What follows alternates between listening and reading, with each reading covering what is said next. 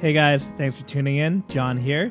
A few items before we get into a wonderful interview with YouTuber and professional musician HD Shaves.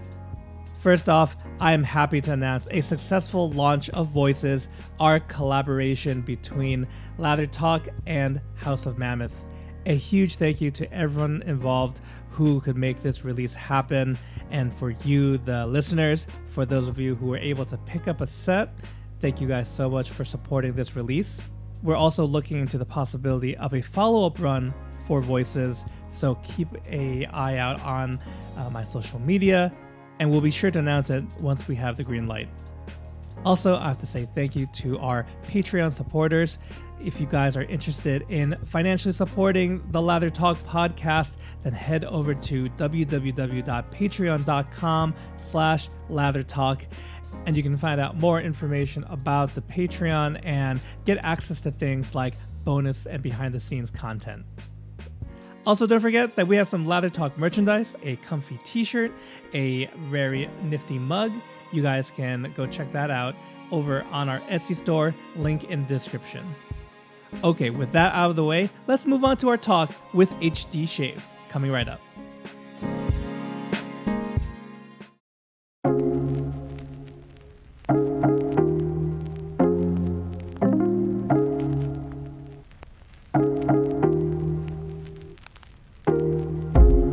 Hey guys, welcome to a new episode of Lather Talk.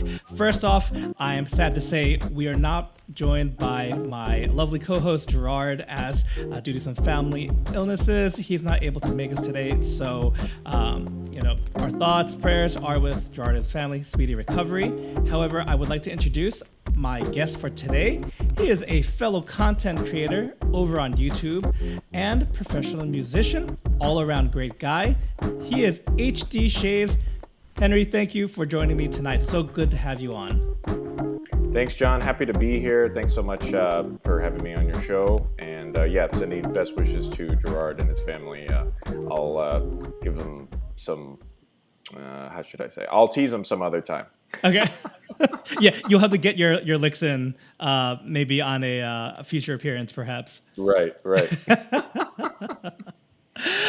Well, HD, you started your YouTube channel, and correct me if I'm wrong, October 2019, I believe was the first published video.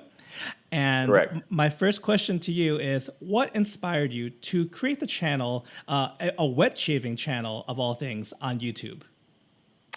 Right. So there's sort of two answers to that, and I'll try to be brief with both. The first is I've had YouTube channels in the past for hobbies and also my profession, and so it didn't seem too crazy to make a YouTube channel for this other hobby that I was getting into. And you mentioned the timing of October 2019. That is important because I had just met Michael Friedberg, the great, YouTube shaver person. Yes. I just met him in person maybe the first or second week in October at a small meetup we had in Louisville, Kentucky. Oh. And meeting him, he was super gracious and kind to me, and he really was the one inspiration to start the channel. And when I met him, I was sort of worried, like, well, am I really experienced enough at this? Do I have the right to make this channel? And he said, man, anyone could do this. Like you don't have to have years of experience like me. You should just start and do it. So those were the two main things, I guess, that got me started on the, YouTube track. Awesome. And for listeners who might not be familiar with Michael Friedberg, Michael was a long time, I don't know how many years, but I really enjoy his videos. He had a very, methodical approach, very affable, likable, really miss his content, but he had a really good stint. And when it was done, he said he was done. And I know he's popped up here and there back when Heather and Jack had their podcast. I know he was a reoccurring guest. So just a little background.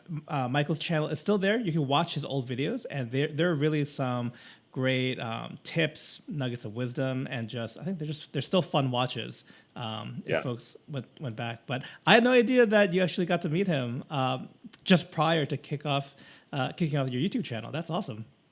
Yeah, I mean, I guess I was thinking about it already at that point, about starting a channel. And Michael's was one that I would watch every week. He used to publish his videos sometime Sunday afternoon. And so it was literally every week I would wait for that video to be published and I would watch it and, really like it. So it was great timing that I was able to meet him. And we've kept in touch over the years. He's been very helpful. And anyway, it's nice to call him like my shaving mentor, shaving dad. He is sort of old enough that he could be my dad, Yeah. so there's that sort of thing. Yeah. But yeah, Michael's been very he's been a great teacher in a sense, and he's been very supportive also of what I've been doing. So yeah. Very cool. Very cool. And so Henry, I know, I think, I want to say we met over on our Wetshaving on Reddit. And in a previous episode, I was talking with Gerard about the Lather Games, which I believe is, at the point of this recording, is kind of wrapping up. Are you participating in the 2022 Lather Games? Right. So this is my second year in a row as a judge for the Lather Games. I was a player in 2020, judge 2021, and then this year I'm judging again. I'm a little bit too stiff to be like a really great Lather Games competitor. So I think it's much more suitable that I'm a judge and not a player. And yeah, we've been having a really great time doing that. It's totally ridiculous, but so is the fact that we're doing this interview right now, right? This is also ridiculous. So when you think of it that way, Sure.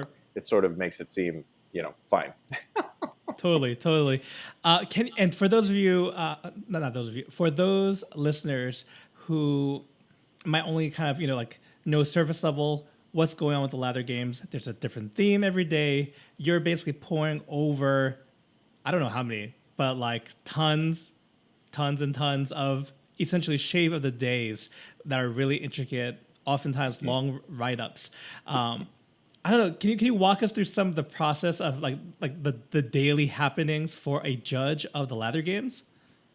Sure. So it's gotten easier in the past, I guess, 2 years because we have this portal now that we use to judge. Like it's like a website.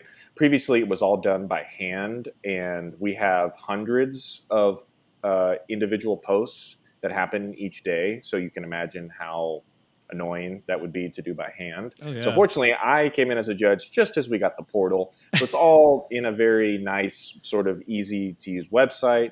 And we're essentially judging people on whether or not they met the lather theme of the day. So one day we say you have to use a lavender forward soap. One day we'll say you have to use a fougere, something like that. And so even though it's really only about the lather that you use, there are all these sort of side challenges that we add. And the players get very creative with some of the stories that they tell or things that they include. So for example, on Lavender Day, like some people will go to like fresh, like what's it called, a lavender field? Is that right? Yeah. I So, believe so. that's just like yeah, right. So I mean that's very literal, but some players will drive to a lavender field and like take their shave of the day photo like in that as a way to sort of supplement their lather being on theme. They're also like, look what I did. I'm actually with lavender, things like that. So it is really all about the lather in terms of the judging, but there's some other things that sort of add to it. But that's what's weighted most heavily, if that makes sense. Sure. Okay, and so follow-up question, given that we're talking about Lather Games, this is over on Reddit. And in my experience, Redditors, wet shaving Redditors, that's right, are wary of YouTubers. And I know, obviously, you have been invited as a judge. We met over on that forum. Do you have any tips on staying in the good graces of wet shaving Redditors for those out there, for those current or maybe aspiring wet shaving YouTubers? Do you have any pieces of advice?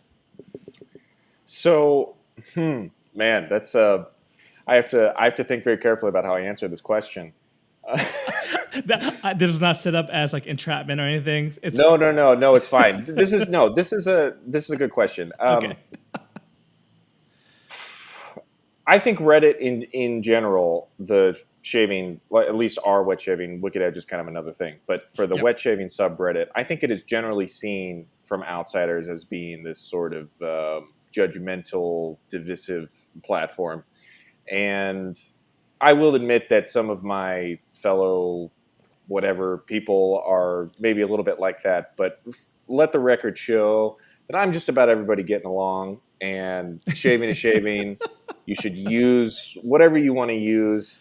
And now to answer your question more specifically, I think YouTube is an interesting platform for shaving because it draws people from different avenues. Like I feel back in the day, it was mostly people coming from Facebook, then we're on YouTube, and then there was also like the Reddit people, so like Ruds and Michael.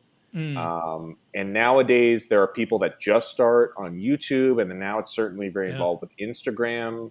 So I always think of YouTube as this sort of like midway point, and it's usually not the only place where we are, and it's just sort of the best way to upload videos. And so we're all sort of, I don't want to say a slave, but it's like we have to put it on YouTube, right?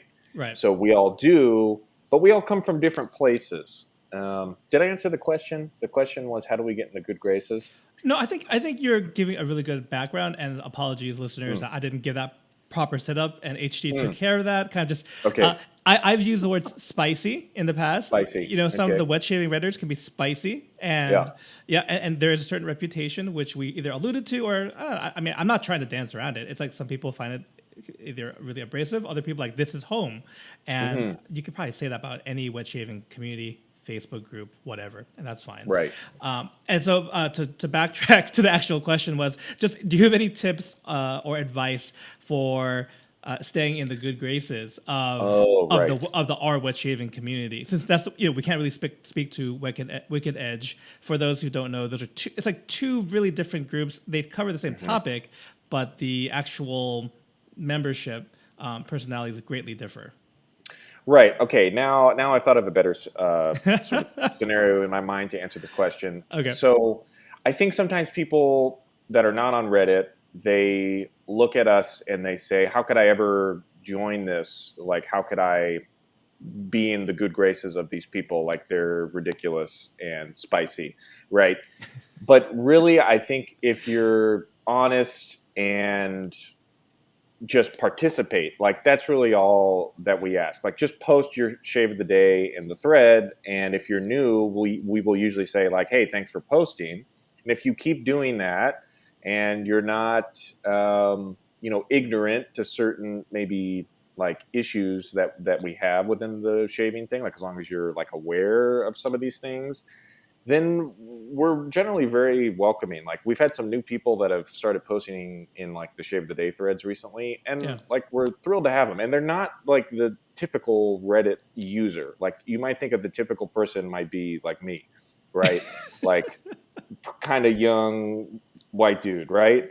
But we have some people who are like literally like senior citizens who have started posting in the Shave of the Day thread, and we're absolutely thrilled to have them. So I guess just being earnest and just posting, and let us know about you, and we'll comment back. And yeah, it's not as frightening as I think it used to be. Like, I feel like we've gotten a little bit more welcoming. The times have changed. That's really great to hear. And just to offer like my experience or just my background on it, it's I used to be more involved on Reddit, and then just as the content creation thing has taken up more time, I got to kind of pick and choose where I can participate. And I do think that really is a key factor, where it's like the whole like one of us kind of thing. Like you're not dropping in to the sub to just plug your shit. Essentially, because like that would be looked upon really poorly. But if you're in the mix, you're doing stuff like lather games, you're participating in PIFs. Like there's some super just in general the wet shaving community, but this is inclusive of our wet shaving. Very generous folks out there looking out for both veterans and newbies to wet shaving alike. So I do want to give credit where credit's due, but. I just personally was really just because you're I would say that's kind of home base for you. Sure. I was curious, like how would you point someone, like what are the right moves to make Yeah. to be This successful? this looks really great. The fact that it's this very long-winded answer. But to make one final point, you were Yeah, talking yeah, about content creation, and yeah. that is sort of a weird thing. We have specific rules, at least on our wet shaving, about like plugging your Mm, content, yeah, and it's not personal. Like if you're a new person and you try to post a plugging your YouTube video thing, it's going to get taken down because it's a yeah, rule on the sub. There are very specific ways that you have to post it. You have to disclose how you got the product. But if you're there regularly, like people read my posts. I used to do standalone posts, and this was October 2019. Like I didn't know anything from anything, but because I was doing it regularly and I was yeah, open to criticism and critique and things like that, I yep. feel like the people sort of accepted those posts. But if you just come at it from left field, like it doesn't, yeah, it's not going to work. It's frowned upon. Yes, absolutely. I mean, it is a rule. Yeah, that's true. It's more than frowned upon. It's like read the Uh-huh. rules, read the rules, dummy. And Right. there's like certain posts are like Free Talk Friday, right? It's still a hmm thing. Yeah, totally. To the shave And that, and it yeah, is it is it is it is very free. I yeah, mean, like it's like people talk about work, people talk about politics, people talk about, hey, I need to buy a new drill. Like, what do yeah, you recommend? Like it's like everything, which I think is cool, but we only do that once a week. right, Like the rest, right. it's pretty much shaving, right? So yeah. Yeah, it's very organized. If hmm you really do have to just, I mean, the rules aren't even that long. It's just No. you get a feel for how things are done. Right. Anyway, thank you so much for humoring that question, Sure. though. No. Again, I'm not trying to get Happy you in to. trouble. I'm not trying to get you in trouble. I swear, Yeah. I'm not trying to get you in Uh-huh. trouble. So, all right, let's keep it within shaving, but shifting gears a little bit. hmm Are there any shaving products, hardware, software, modern or vintage, that you currently have your eye on or are looking forward to? So, well, let me clarify. Is this the question about brands, or is this just in general something that I'm looking forward to? More specific, like is there like a razor coming out? Is there a Mm, specific like software scent that's got you intrigued? Um, right. or Okay. Let me. like vintage razor, like like you've been like, oh, I'm keeping my eye out for this piece. Okay. I guess it would be. So I've started using straight razors in the Oh, past, let's say, month, and I have always thought that the Wade and Butcher razors were very attractive as sort of a historic brand, and so I just got one of those in the mail recently. But as is with straight razors, you have to get it like restored and honed and all of that. right. So I've got this Wade and Butcher razor that I'm looking forward to using, but it could be weeks until that actually happens. So that's a razor that I'm definitely looking forward to using, Oh, very and cool. kind of just more straights in general. Yeah, That is, I that's mean, a I that's a thought big rabbit hole that you might go to. I mean, I thought vintage razors, like vintage safety razors, Yeah, were a deep rabbit hole, and I explored that for sure. But even with the gems, most of those were made 1900 and onward. yeah, Whereas with straight razors, I'm pretty sure this razor I got is from like the 18 something, right? yeah. It's And crazy. so with straights, it's like I mean, and then you got people making them now, right? So it's like you have from the 1800s up until present day. Hmm. So it is kind of, it's quite the rabbit hole. Yeah. But I'm going to try to keep it contained. No problem. That's definitely. I feel like we definitely now we need to follow up with Gerard and see where you are in a few months, like with the Yes. straight razors, because just like upkeep, because I've dabbled, Yes. as well, and it's fun. It's fun, new technique and all that. But like strops, maintenance, Mhm. like do you have someone? Have you sent it out to be honed, or do you need to like find someone to do that? Like where are you as far as getting it restored and honed up? Right. So let me use this as a very small plug, Yeah, yeah. which is to say that Brad Maggard of Maggard Razors is a fantastic person at honing, but he keeps it sort of on the down low that he still does this.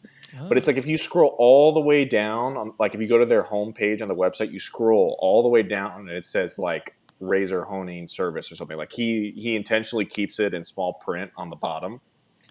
But really? he's honed thousands of blades, right? And that's what he kind of started with, I think, before he maybe started the business.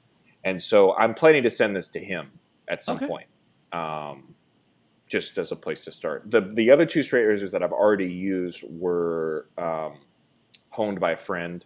He gifted me this vintage Yankee cutlery razor that he restored, and then he honed it for me. And then he freshly honed this Ralph Aus straight razor that I bought, which is sort of a familiar modern German razor brand. Okay. So, yeah, I've had my friend, he did the first two, and I'm going to have Brad do this next one. But I have no intention to get into the honing. Once again, you Yeah. can Yeah. check me on this in a few months, but I have no intention to get into honing, and I plan to keep this one strap. Like I'm not trying to get a bunch of straps either. We'll see. Right. That's like fingers crossed. Please, Please, like please. let's Yes. let's keep it at this. Yeah, yeah. That's really cool. I didn't realize you're getting into straight razors. So best of luck on that journey, and hope just have fun with it. I hope That's it's right. it was a fun little venture. It's definitely not easy, but it is rewarding in the sense that it's truly traditional. It doesn't feel more authentic to me than stropping Yeah. that blade and praying that you don't slice your face off. Yeah, but Very good. truthfully, it hasn't been that difficult. I mean, Yeah. I started with sort of these disposable open blade things like the WEC and the Feather Artist Club, and Oh, I okay. borrowed a Tedalus, I don't know how you say it, Yeah. Essence razor, right?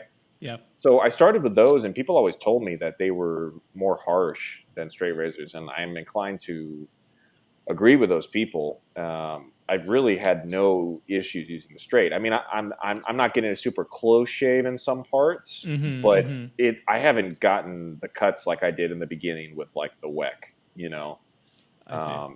It is somehow more forgiving, and I'm not sure why. I would love to ask this question to your viewers. Any theories as to why those like open blade razors where you put in a blade Yeah. are so much more harsh than the straights? I've heard for some of the cheaper open blade ones, like the knockoff, Chinese like shavette type things that you can Yeah. buy. It's sort of like a design flaw, like it's just not a good quality. But I Yeah. mean, I was using like a Feather Artist Club or something like that, and I don't know. I'm not sure why it is that way, but that's been my experience also. Yeah. Have you used any of those open blade razors that are not straight razors? No, I actually, that's the area that's unexplored, and I have Mm. heard from not just you, it can be less forgiving. However, I have heard awesome things about the WEC as far as those. They're typical artist club blades. Is that right? So they're not even Or Artist Club because oh, they're they're not. old. So they take these hair shaper blades, Oh, that's right. That's right. which are mainly used in like, barbering things. Yeah. But I'll also let this be my plug that if you want to try a cheap open blade razor, I would recommend the WEC because you can get the Mm. actual razor on eBay for like 10, $20. And then you just Oh, got that's to not find bad. the blades, which is a little tricky. Yeah. But there are more hair shaper blade options than there are gem blade options, in my opinion, in terms of like usable ones. Mm-hmm. Mm-hmm. Um, so I'd really recommend the WEC as a place to start. Um, yeah, not very expensive, and they work well. So, yeah, Okay. Yeah. Yeah. I've heard like the feathers can be tricky and whatnot, but the WEC, multiple people have recommended trying just for something different. But to address HD's question just before, if people out there who know, have an answer to why straight razors might be more forgiving than the other style razor, please let us know. You can check the show notes, give me an email. If you're watching on YouTube, comment below, and we'll come back to it. I'll forward it over to HD so to satiate that curiosity. that's right. Yeah, some people really know about this stuff, like Yeah, yeah, know about like putting an edge on something and people know about the the edges of these disposable blades, whether they're DE blades or gem blades or hair shaper blades. Like, some people really know the science behind all them. I mean, I don't at all. So Yeah, me I would neither. love some highly scientific thing of okay, so the edge on this looks like this versus this. So this is why it maybe feels, I mean, that's all it could be, right? It's all on the edge. I mean, it has to be. I Right, don't know. yeah, the method and putting it on, the angles, and Hmm. I feel like put it under a microscope, and it's probably very apparent if you know what to look for. But Right. I don't know it, but luckily there are that That's is right. their domain, and Yeah. hopefully we can get some answers to that. I'd love to know the answer as well. Hmm. Not getting enough drama, talking smack, or hooligan hijinks from your regular forums, social media, or Reddit? Well, the Lather Talk Discord is not for you. Sorry to disappoint. But if you're looking for a cool place to hang out with fellow traditional shaving degenerates, come on down to the Lather Talk Discord. Share your shave of the days, mail calls, or talk about your favorite hardware or software and just about everything in between. Once again, that's Lather Talk Discord. Check out the link below. All right, but I did want to pivot the conversation a little bit, Sure. and I want to put out there that HD is not only a YouTuber. So in your professional life, you are an awarded and accomplished musician by trade, pianist, organist, composer, and educator. So we had some folks over on the Lather Talk Discord that were really more interested. They were interested in learning more about your musical career. So I hopped on the old internet and found your professional biography. Very well done. And I saw that you became a professional musician at the tender age of 16. So can you share with us a brief overview of how you got into music professionally? Sure. So I had a typical, well, not typical. Well, yeah, it was typical in that my mom signed me up for piano lessons when I was 8, and I didn't particularly enjoy it. It was it was only classical music. I had older teachers who were very much in the kind of old school way of teaching piano. And so I only did classical music up until I was maybe 15, 14. And I didn't particularly enjoy it, but luckily I was talented at it, and I was lucky that my parents and my teachers pushed me. They were like, you may not really like this right now, but you could maybe use this to get into college or get scholarships for whatever kind of thing. So you should try to do this. You shouldn't. Let's see, right? Yeah. And so continued with that. Did all kinds of classical piano competitions growing up, and then when I got to high school, and I mention this all the time to my students and friends who have kids and things like that, but if you're a good pianist, when you get to high school, you suddenly realize, like I did, or at least at most schools, that the only ensemble that has piano in it is jazz band. And so it was like, well, I play all this piano and I should probably play it with a group sometime. So let's join jazz band. Long story short, I really liked the jazz thing. I was lucky to have some good jazz teachers too. And so I had only been playing jazz maybe actually not even 2 years. And I knew that that's what I wanted to do. I wanted to pursue that. I wanted to go to school for that, which you can, which is kind of crazy. You can study jazz, but that's the thing where the 16 comes in, is that I skipped my last year of high school to start at college studying jazz, because I knew that's what I wanted to do. And so I was 16 and I started gigging basically, when I moved to that town in Texas. And so that's why I say I was professional when I was 16, because technically, yes, I was being paid, money. Wow. I wasn't touring or anything, Yeah. but technically I was making some money playing these little bar gigs and things like Sure. that. So that's where that came from. And so, right. So I went to school for jazz, was lucky to do all sorts of things while I was in school. Did a bachelor's and a master's, both in jazz. And then... And then what school, if I might interrupt you? Sorry, HD. Sure. No, I went to a school in Denton, Texas, which is north of Dallas by about 45 minutes, called the University of North Texas. It's a pretty well known school for jazz, not really for classical, but they've had a jazz program there since like the 60s or the 70s, which is kind of unheard of because Yeah. back then, quite literally, you were not allowed to play jazz at a lot of music schools. Like, even some schools now, like I've heard of like some of these classical conservatories, so where they'll say, "Oh, we don't allow you to play jazz Right. here," which is like, Very buttoned up. Like, yeah. yeah. Yeah. So it's kind of a weird thing. It's sort of like it's like this what's the ugly redheaded stepsister of Stepchild. Yeah. stepchild of like classical music, because now they Yeah. have classical and jazz in like the same academic building, and that really bothers some of the classical people, I'm sure it which does. which I think is great. Like I Yeah. like Yeah. I always try to like poke them, Yeah.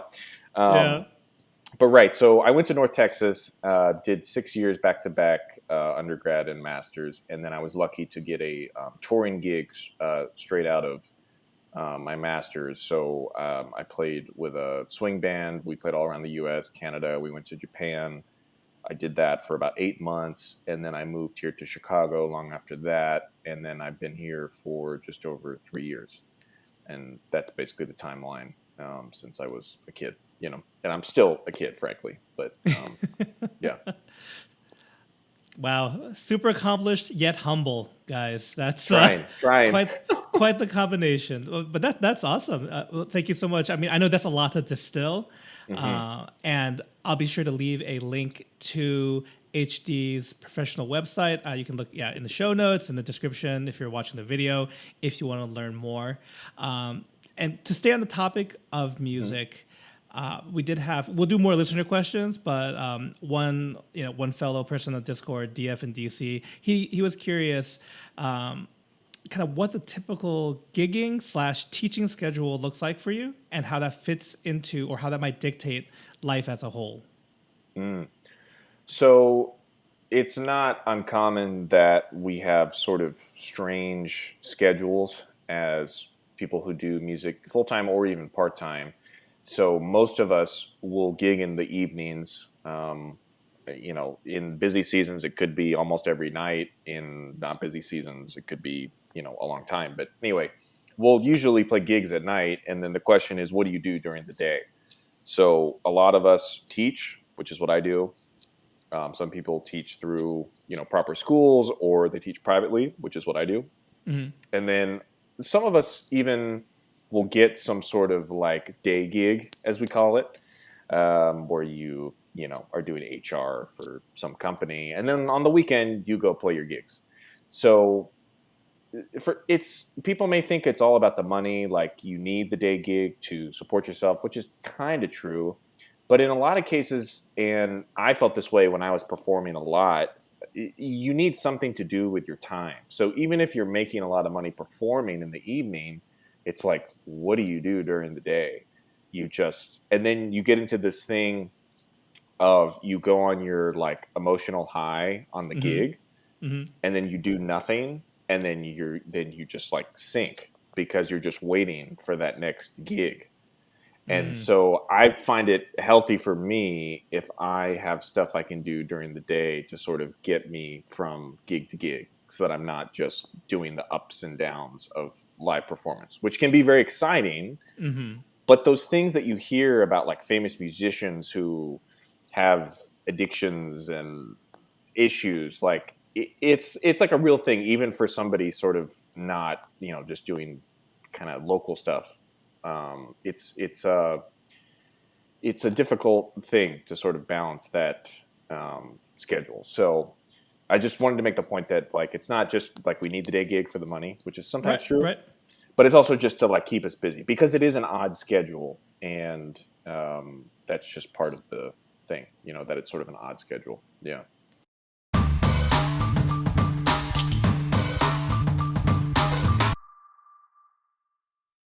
We kind of touched upon this, but I just want to put it out there again. So Scorpio 93X asks, what's your most desired razor? Holy Grail. I'm sorry, or Holy Grail for the collection, or up to 3 Holy Grails if you like. Sure. I remember reading this one, and the one I can think of is, so do you know about the Streamline razor? I do not. Do tell. So it's this coveted gem style razor that they made in England in like the 30s and the 50s. It's chrome, which is sort of makes it unique compared to the other razors that were, nickel or gold or brass or whatever. And they were sold in these different sets. Technically, Streamline was only the name of this sort of single streamlined case. Like it was like that's sort of where the name comes from. It was like this like single razor thing, very like Art Deco kind of way, and it was the way that it was designed. And so, of course, me and my vintage razor rabbit hole that we mentioned earlier, I set off to like collect all of the different versions of this razor. Oh my! And so I've successfully done that, except for one version, Okay. which is the gem Streamline. And I say gem because technically this razor was made under Everready within the UK. But then the versions they sold to Australia were branded as Gem. But as far as I know, they were made in the same factory. So it's literally just the fact that the razor says Gem on the back of it, and then the case, this like streamlined case, it says Gem on the front of it.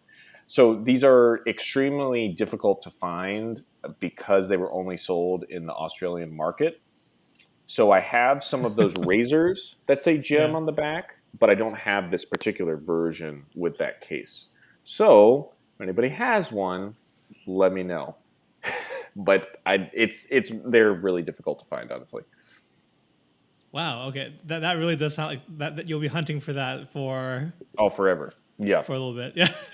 Yeah. I don't know if I've ever seen one available for sale.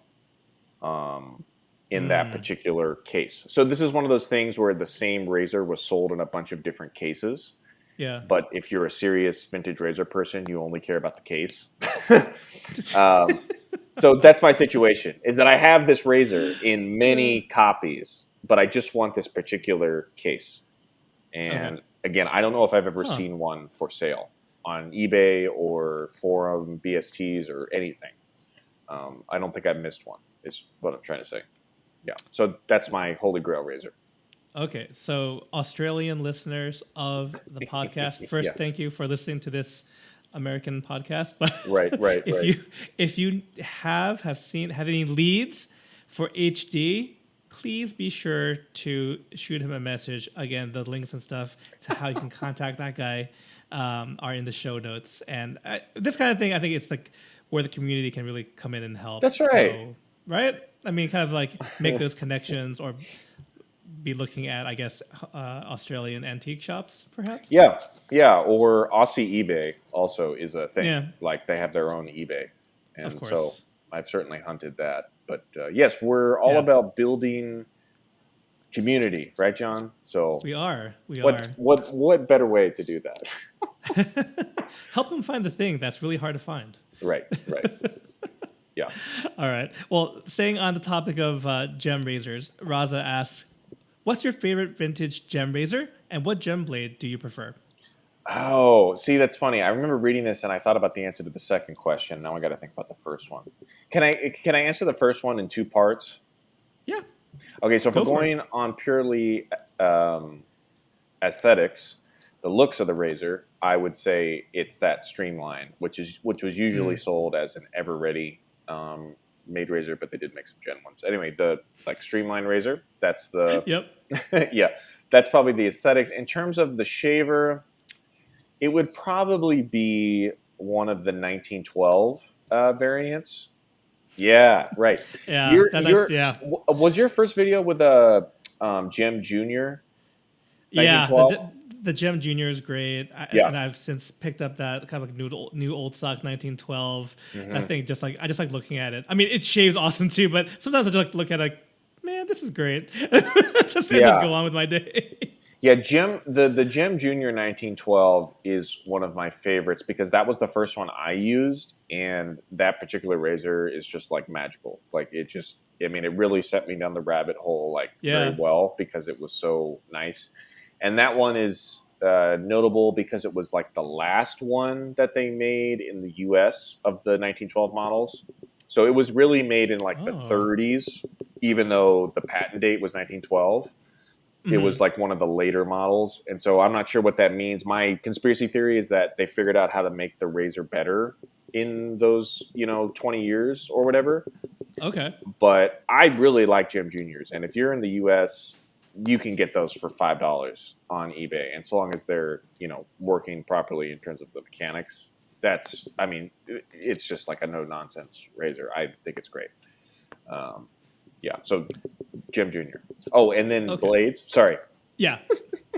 No, you're Blades. fine. You're fine. Keep going. Okay. Blades. There are some people that insist that the carbon steel blades are good. I disagree with them, but if you like carbon Oh. steel, I'm happy for you. So the only real blade I think you can use, which is kind of a drag because it's so limiting, but it's also good because I only buy one blade for my gem razors. It's the PTFE coated ones. PTFE is it's like a Teflon type coating, and they put that edge on other blades too, like even DE blades or like those hair shaper blades. They have like a PTFE edge on them. So I Okay. think it makes it smoother because I've tried other gem blades that are uncoated stainless, or the carbon steel blades I don't believe are coated either. And it's just terrible. Like, I absolutely hate those blades. It just feels just extremely rough and not nice. So I really like the Okay. PTFE coated ones. They're still making them. They're not like out of print or anything. I think they're mostly used for like medical things. But you can get those on eBay, or you can buy them through your favorite like shaving vendor too, if you want to buy directly from like a shop. Right. But yeah, so the PTFE stainless blades are the ones that I recommend and tell everybody to start with. Yeah. Very good. So for those maybe just getting into gem razors or never tried one, want to know where to start, I think that's the blade to get, and that's the try to find yourself a 1912. Yep. I meant to ask, 1912 and Gem Junior, are they necessarily the same thing, or it's just like there's overlap, or what's the deal there? So there was a razor called Gem Junior that was made before 1912 in the form of like a lather catcher, which were these like things that often took wedge blades and were sort of the predecessor to the 1912, which was the first like, I don't know. That's the one that people kind of start with when they're talking about like the history of like what we call gem razors. Okay. And so they call it there were a bunch of different models of 1912 that all had these slight variations, made under different brands too. So Gem, Everready, Treat, Star.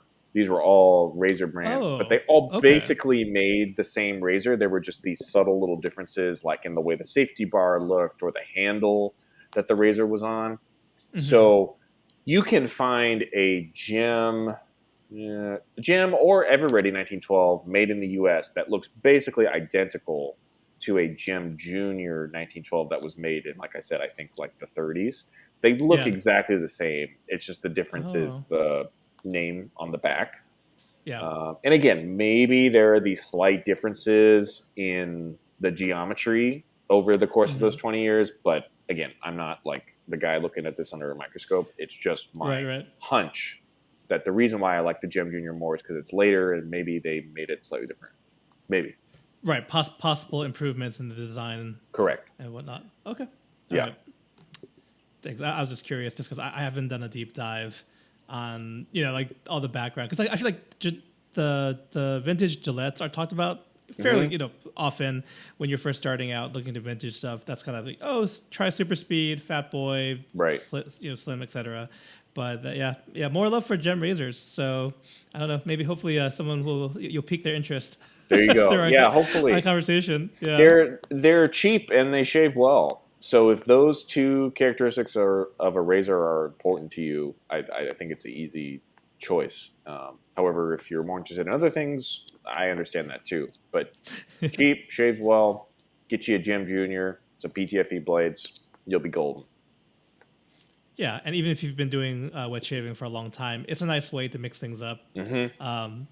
Just the I know fun. I think I seem to remember actually before you got into Gem, right? You were saying, and this is quite common. It's like it just looks so funky, like a big flat surface on it, and then that it takes a different blade, not double edged blade. So I think we totally acknowledge the hurdles that might you get over before trying it out. That's right. Let the record show that John single-handedly pushed me into this rabbit hole. Yeah, he was maybe the initial spark, and then I talked to several other people, and they're like, "Yeah, you should try it." Yeah, they do look weird. However, if you're into the history of it, if you go look at the pictures of those old lather catchers, you see the progression. It's like it doesn't make sense. Like why is this head so big? Like why can't it be slimmer? It's like, well, because back in the day they made it, intentionally that way so that it would catch the lather like underneath the head and like where the blade was, And so if you see the progression, it kind of makes sense. But on its own, if you've never seen any of that and you see like a Gem Junior, it's like, what the hell is this? Like it looks kind of crazy. But now I found a beauty for them, of course. So.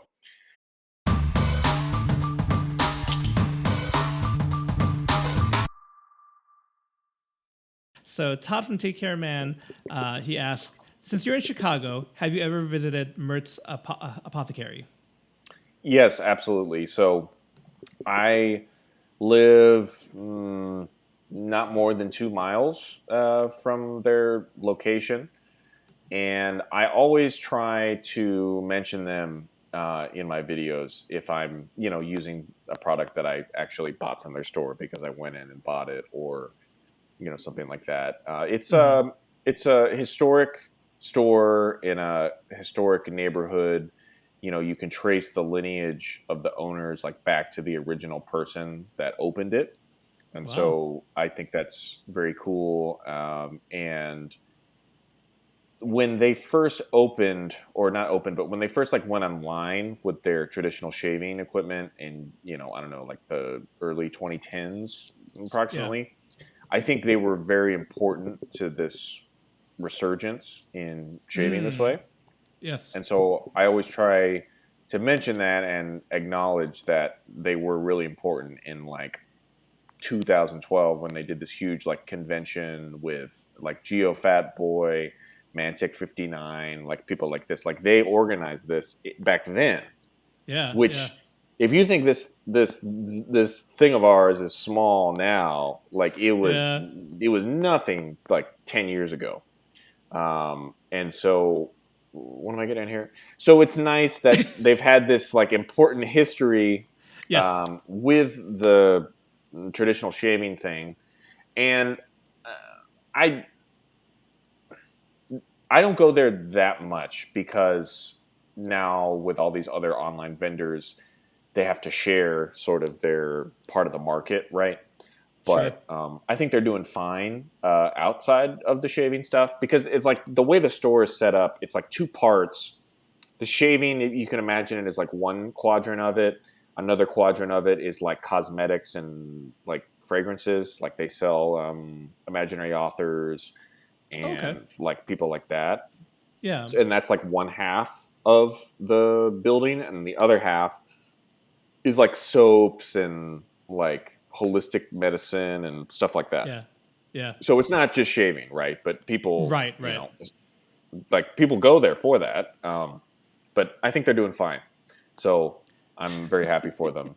And is it possible to include that link that Todd posted, this somehow, like in the notes? Yeah. I can definitely do that. So Todd, when he asked the question, had and correct me if I'm wrong, he posted a YouTube link that has a promo for Mertz. Is that right? So I can certainly link that, and I actually do appreciate you mentioning some of the history and the importance. Their online though component is Small Flower. Small Flower. That's right. Okay. That's the name of their online thing, which has nothing to do with Mertz. And then people also think of them within the shaving world as Q Brothers. because Oh, yeah. the last name of the owner starts with a Q, and it's two brothers now. They took it over from their dad, and they had this like Q Brothers shaving line that they were really pushing again in this like 2010s period. And Yeah. so because of that, some people associate the whole store thinking it's all Q Brothers because they're only going for the shaving stuff, right? Um, but you can still find stuff in there that's like Q Brothers Yeah. branded. So Like branded. it's Yeah. yeah, so it's a little bit confusing with the with the branding, honestly, because the store itself is Mertz, online, Yeah. Small Flower, and then some people, if you were around like back in the day, you think of it as Q Brothers. Um, but that promo vid is like beautiful. Like I somehow missed it. They posted it like maybe 6 months ago, and like the original or the more recent owner talks about how he gave the business to his kids, and like they do this, and it's only maybe 80, 90 seconds, and it's great. Okay. It's beautiful. So short and sweet. Yeah, Yeah. I'll definitely include that for people to take a look at. I think their money was well spent on that like ad or whatever you want to Yeah. call it. Promo. It was Or, like really it was really well done, and like I'm very proud to say that I live like 2 miles from there. You know. Awesome. I honestly I did not know Q Brothers was also under that same umbrella. So See, and I learned something. Yeah, and that's what's confusing. And part of the problem is, and I heard this, in my sort of Chicago backdoor conversations. The name Mertz Apothecary is actually the name of this like really old apothecary in Europe, and they like license the name from them or something, and so they're only allowed to use it for the storefront. They're not allowed to use it online because that takes you to the European place. So they had to come up with this other name, Small Flower, Yes. which is kind of it's a name. And but then some people will order stuff from there if they're just shopping online, and they don't realize that it's connected to Mertz, or they think like, oh, there's this other store in Chicago called Small Flower. So it is a little bit complicated. Yeah, it is a little bit complicated, and this is my attempt to sort of clear any doubts about how that all works. Okay. Yeah. Very, very helpful. Sure. So, I learned something today as well. Good. All right, I got one more question for you. Sure. One more listener question, and it comes from Walden. He asked, name a brand of shave software that piques your interest, but you haven't had a chance to really dive into. Maybe it's Sense that you're curious about, or maybe you've tried it in the past and want to get to know the soap base better, etc. I'm going to answer the first question of something that I haven't used, and it would probably be OakenLab. That's something that has certainly come up a lot in YouTube stuff, and for some reason I've never really got my hands on it. There was a giveaway in the Discord not too long ago by one of the members, and I clicked the button, John.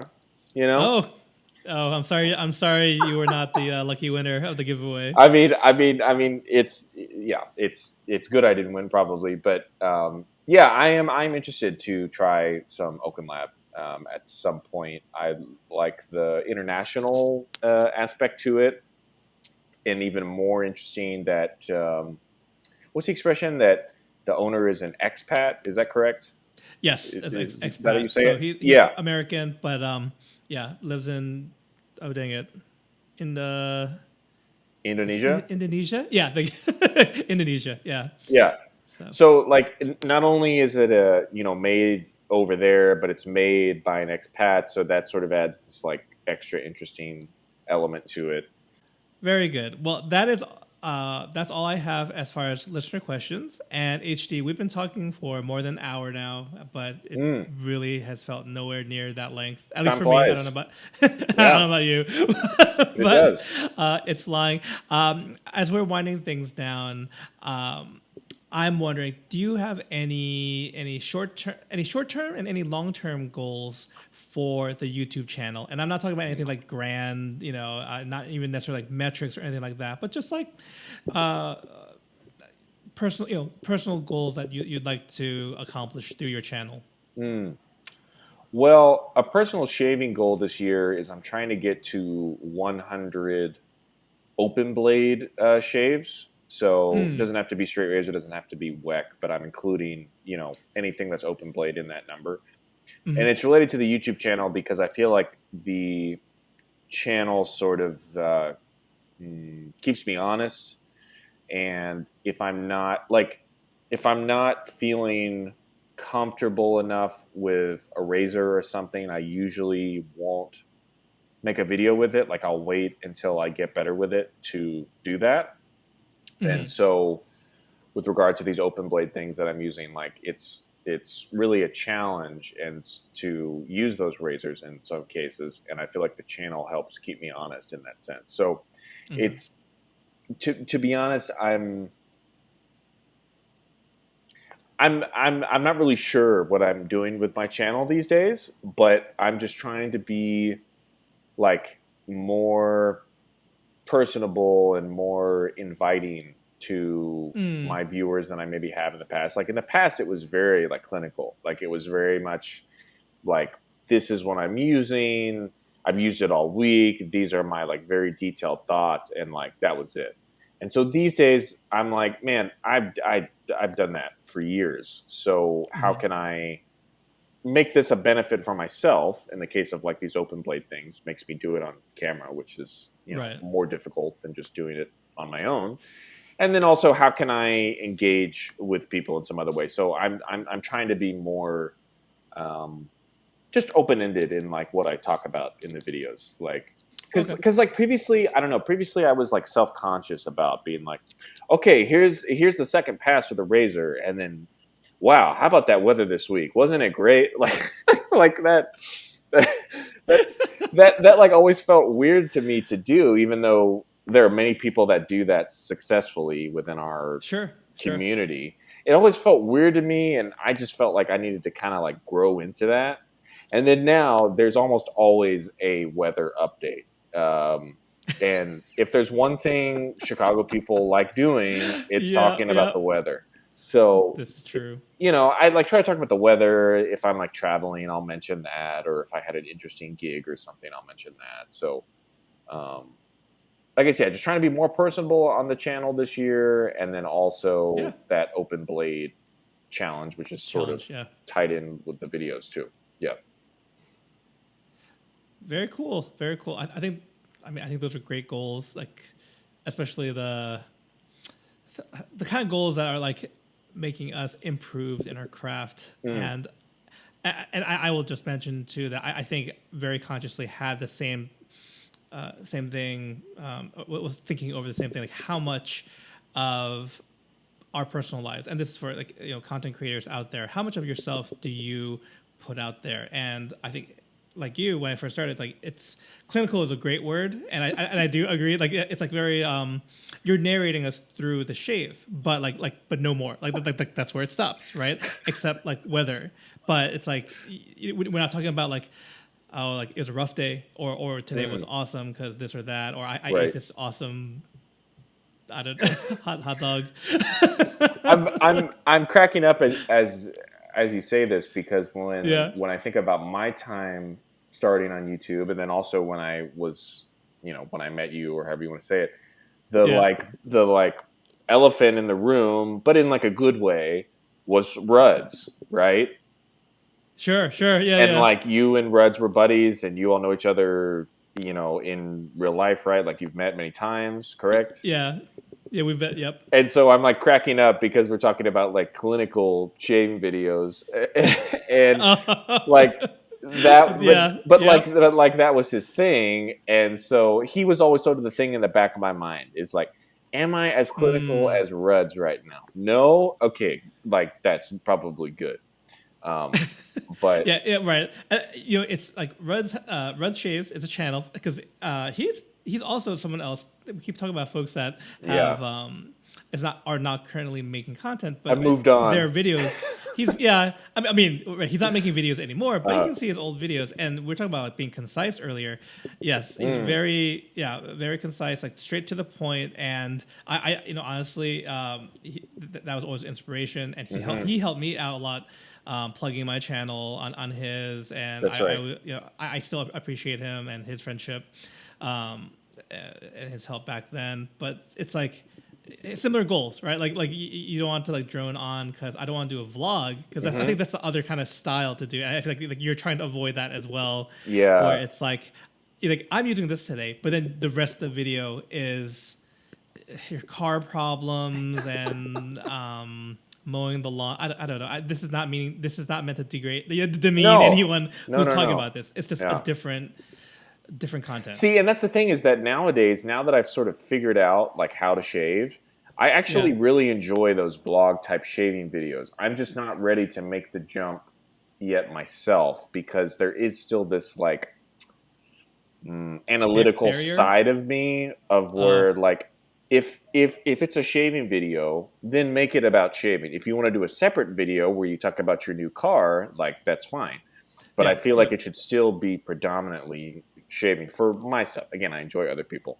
And it's funny, you mentioned the connection between you and Ruds about the concise nature of making videos. And, I would have never made that connection had you not say it. But it is sort of, your thing is sort of similar to the way that he was very concise and putting those like segues in between each point, right? Like he would like give the intro, then cut, shave, then cut, and give his like final thoughts, right? And so, again, dare I say that this is artistic, but it's funny how you can not realize the connection between two people because they present it in such a different way, but actually it's a very like literal like connection. Do you know what I mean? Like, like for me, there's a through line in our right? Yeah. And it's like for me, especially in the beginning, I was absolutely copying Michael's style. I would use the soap for 1 week, not use anything else. Would wait till Sunday to do. I was absolutely copying him, and so a lot of people realized that. But then some people didn't, and they were like, "Wait, is this supposed to be like Michael?" I'm like, "Yes, absolutely, absolutely, it is." So anyway, it's that like connection thing again. Dare I say in the arts is kind of interesting. Yes, the YouTube arts of the YouTube shaving arts.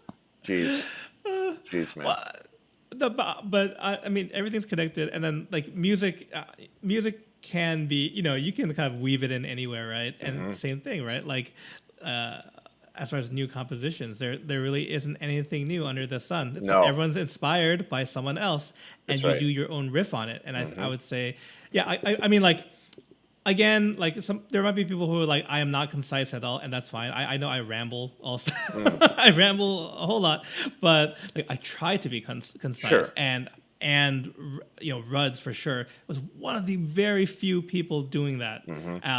Was like 3-4 years ago. So and Michael did a great job. I mean, I think that if you're going to copy someone or at least be inspired by, right?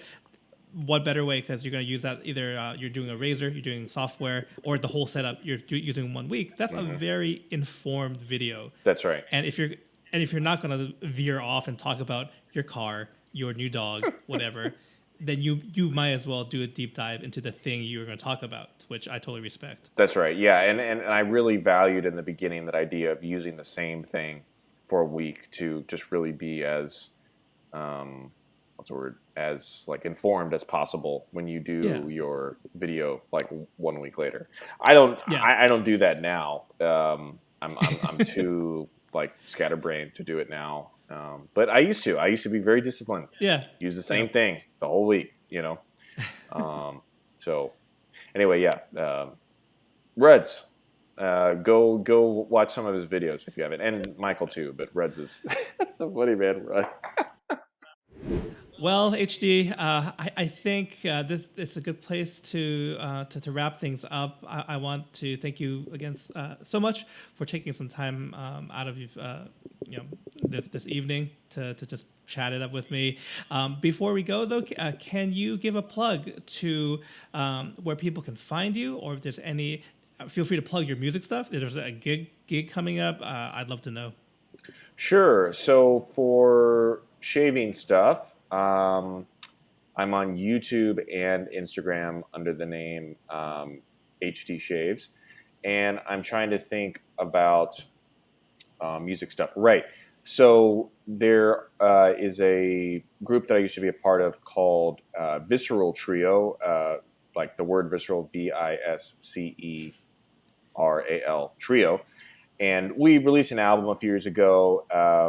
It's pretty typical kind of like jazz organ music. And so if you look up that name, that's also the name of the album on any, streaming music platform.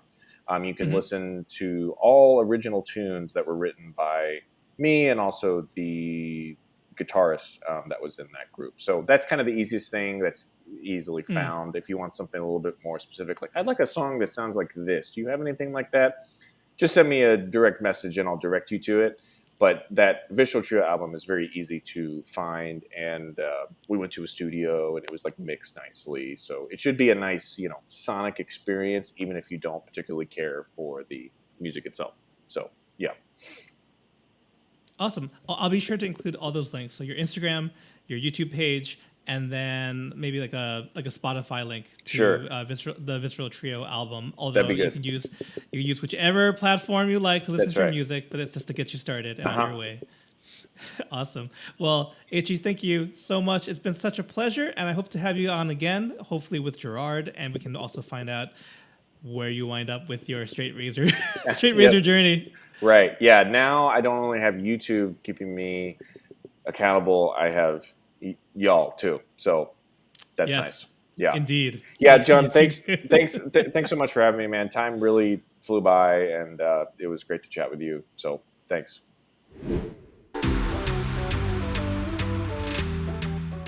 Well, guys, thank you so much for checking out this episode of Lather Talk with HD Shaves. I really had such a wonderful time speaking with Henry. Time flew, as we mentioned, and he's just such a talented dude. HD really knows the stuff he likes, like the gem razors. And man, what an eye-opening look at the life of a musician. I hope you guys found it just as interesting as I did, just how Henry became a professional musician and even what the day-to-day looks like a little bit. So thanks again to HD Shaves. Don't forget to check out all the links in the description. And that'll do it for this episode. Thank you again for joining us, and I hope to catch you guys next episode. Take care.